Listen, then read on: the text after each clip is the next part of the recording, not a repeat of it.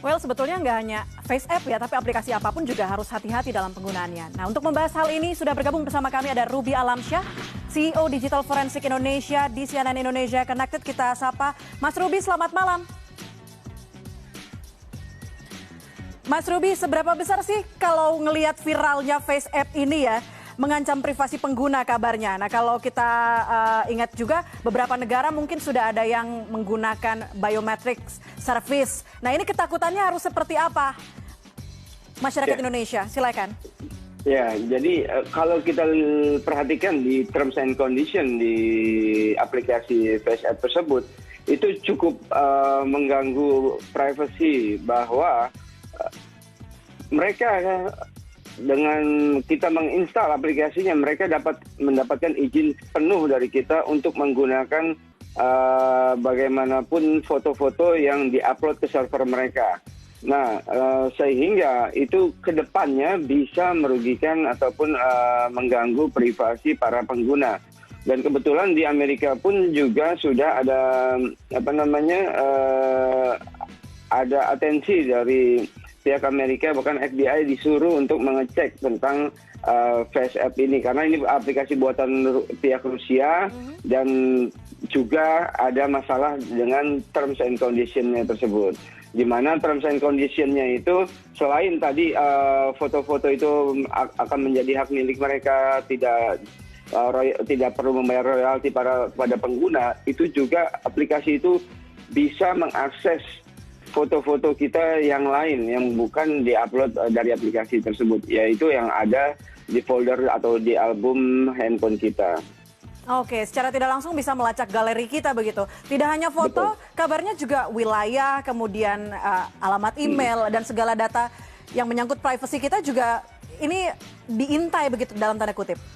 Betul, ya. Dengan kebutuhan khusus dia meminta permission untuk mengakses lokasi di handphone tersebut dan otomatis setiap orang yang menginstal klik agree itu selalu akan bisa diakses lokasinya oleh aplikasi tersebut. Oke, ini kan fotonya menjadi tua begitu. Berarti yang mereka simpan adalah foto yang tua dan juga mereka bisa mengunduh beberapa foto di galeri kita. Tapi kekhawatiran terbesarnya, terburuknya, biasanya kalau penggunaan foto digunakan lagi untuk apa sih, Mas Ruby? Bisa kegunaan macam-macam ya, tapi saya ralat sedikit, tidak hanya yang foto yang hasilnya ya, tapi foto source-nya. Karena foto source tersebut saat kita kirim, itu akan terupload ke server mereka. Baru dari situlah digunakan metode artificial intelligence, sehingga dapat merubah sesuai dengan kebutuhan dan sesuai dengan fitur-fitur yang mereka miliki. Jadi ini sama sekali bukan hanya foto yang hasilnya, tapi foto source-nya juga mereka simpan. Oke, Mas Ruby, sepengetahuan Mas Ruby ketika satu aplikasi bisa masuk ke dalam Apple Store ataupun Android Store begitu, iOS Store, ini apakah memang pihak dari Apple Store atau Android Store tidak memeriksa agreements mereka agar tidak membahayakan privasi dari penggunanya? Oke, baik. Sebenarnya pihak Apple Store dan Play Store atau Google itu juga pasti selalu mengecek. Mereka menjaga keamanan ataupun privasi pengguna operating system handphone mereka. Tetapi pada intinya masalah permission yang diminta oleh aplikasi itu tergantung kepada user atau pengguna itu sendiri. Mau nggak dia, tidak keberatankah dia tentang fitur-fitur atau permission yang diminta oleh aplikasi tersebut. Kalau penggunanya memberikan izin, si Apple ataupun Google juga tidak mempermasalahkan kan penggunanya sendiri dan sudah dimintakan izin. Intinya Apple dan Google sudah memberikan fitur keamanan bahwa dia akan menampilkan bahwa aplikasi ini harus menampilkan permission apa saja yang diminta oleh aplikasi tersebut sehingga penggunanya tahu. Nah, pengguna tinggal memutuskan apakah dia setuju tentang permintaan permission tadi, gitu Mbak. Nah, kalau kita ngelihat behaviornya khususnya masyarakat Indonesia yang kayaknya latah banget begitu ya, ada tren ini langsung diikutin tanpa melihat agreements atau permissionsnya. Apa yang seharusnya, bagaimana kemudian pemerintah mungkin atau pihak dari aplikasi tersebut sendiri supaya orang jelas tahu bahwa ini ada warning, ada peringatannya? Ya, kalau itu sih pemerintah ataupun kementerian mestinya tidak bisa bergerak terlalu jauh, Mbak ya, karena ini sudah jatuh ke di end point-nya di end user ataupun pengguna. Nah, pengguna itu yang mestinya selalu bijak. Sebenarnya tidak hanya aplikasi viral seperti FaceApp ini saja. Aplikasi apapun yang kita install mestinya ngecek apakah aplikasi tersebut meminta permission yang kita nyaman, kita sesuai atau tidak. Kalau tidak ya kita batalkan, tidak harus install.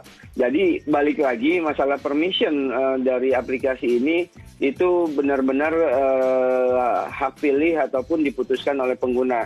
Nah, sehingga menurut saya yang diperlukan adalah sosialisasi terkait masalah terms and condition ataupun privacy setting, permission, sehingga pengguna itu bisa aware bahwa setiap mereka mau menginstal aplikasi, mereka lihat dulu, mereka perhatikan dulu apakah permission ini penting dan diperlukan oleh aplikasi tersebut dan mereka putuskan diizinkan atau tidak. Oke, tapi sudah kepalang tanggung, sudah banyak yang mengunduh, sudah banyak yang ikutan foto, pasang fotonya juga diposting di sosial media lain. Kalau udah terlanjur harus gimana tuh Mas Ruby? Kalau udah terlanjur dan tidak nyaman, menurut saya harus uninstall aplikasinya. Data-data yang sudah terupload mau tidak mau kan sudah merujuk kepada sistem agreement yang sebelumnya. Tetapi bila memang ada dirasakan kekhawatiran privasi yang berlebihan, bisa kontak ke support FaceApp. Oke, kan Indonesia juga punya undang-undang nih transaksi elektronik yang harusnya melindungi data privasi pengguna. Ini juga tidak bisa turun tangan kalau sudah ada agreement seperti itu ya Mas Ruby? Oke, yes. Keywordnya adalah di agreement itu. Kalau dua pihak setuju, undang-undang nggak bisa memasuki itu karena pihak mereka akan melihat bahwa ini kedua belah pihak sudah sama-sama setuju gitu, Mbak.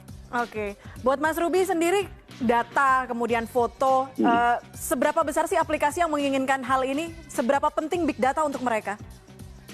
Ya untuk kepentingan tertentu, misalnya intelijen, misalnya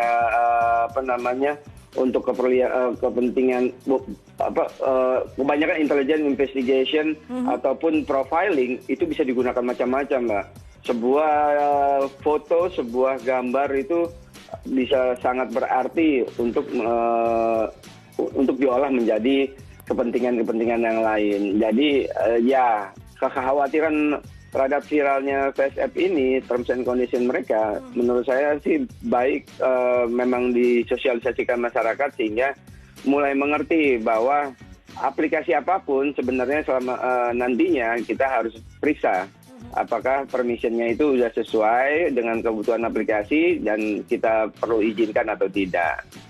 Oke, mengingat FBI juga diminta untuk menginvestigasi aplikasi ini Mas Ruby, apakah mungkin jika nantinya memang aplikasi ini mengancam bahaya atau punya bahaya privasi pengguna, mungkin tidak sih akan aplikasi seperti ini akan di-stop atau itu akan tetap ada begitu? Nah, kebetulan kalau di Amerika mereka sudah memiliki undang-undang seperti Eropa di mana para pihak pembuat platform online itu kalau mereka menyimpan data warga negara Amerika, mereka harus memiliki ataupun menyimpan servernya di lokasi Amerika.